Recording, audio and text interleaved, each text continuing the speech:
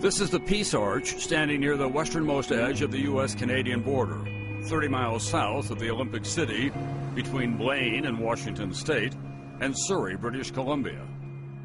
This was dedicated in 1921 to commemorate the treaty that ended the War of 1812 between the U.S. and Great Britain. Remember, Canada was a British colony.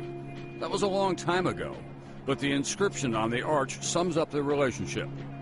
May these gates never be closed.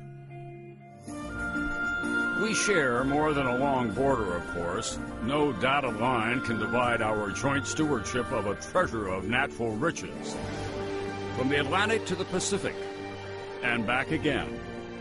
Shorelines, wild rivers, and Great Lakes, vast forests and grasslands, precious ores buried in majestic mountains, and wildlife everywhere.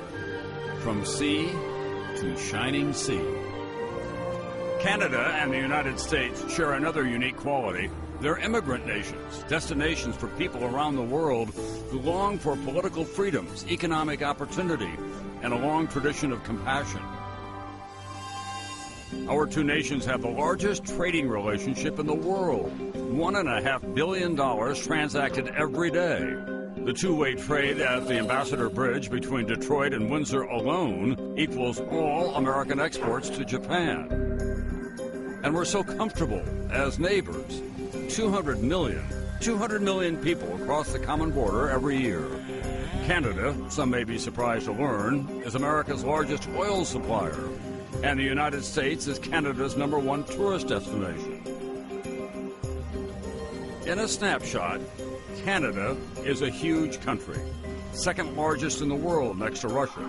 But its population is only about a tenth the size of the United States, 34 million, split into 10 provinces and 3 territories. 90% of Canadians live within 100 miles of the U.S. border, residing in world-class cities, thriving farms and smaller towns. With good reason. Life in the Canadian North is only for the hardy. It is remote and oh so cold. The coldest day ever recorded in North America occurred in 1947 in Snag, Yukon. Minus 81 degrees, not including wind chill. Jesse the Sponge. Canadians are so generous, they share with us their brightest stars in music, comedy, acting, sports, and journalism. And if you're in a fight, you want the Canadians on your side.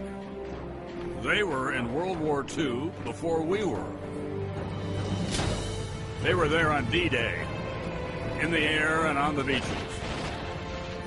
They've been America's most reliable partners in Afghanistan, and it's been costly and painful. Now, when Canada loses a warrior in that distant land, the nation pauses and honors the fallen along what is called the Highway of Heroes outside of Toronto. Even their diplomats have been there for us.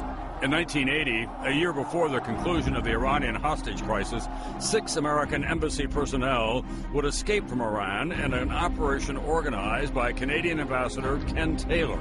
The United States is thanking Canada for rescuing those 6 American diplomats from Iran.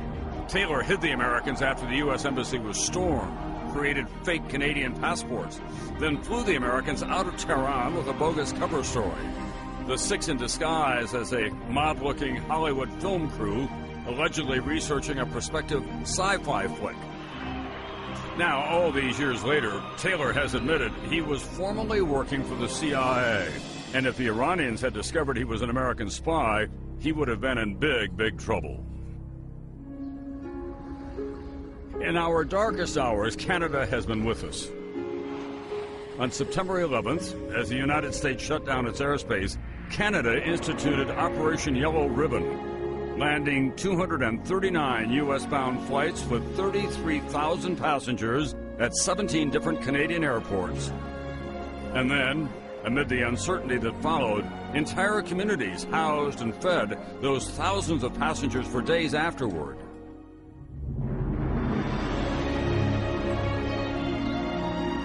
In the long history of sovereign neighbors, there never has been a relationship as close, productive, and peaceful as the U.S. and Canada.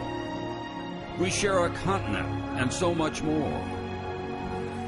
Speaking before the Canadian Parliament, President Kennedy summarized the relationship this way. Geography has made us neighbors. History has made us friends. Economics has made us partners. And necessity has made us allies. Those whom nature hath so joined together, said Kennedy, let no man put asunder.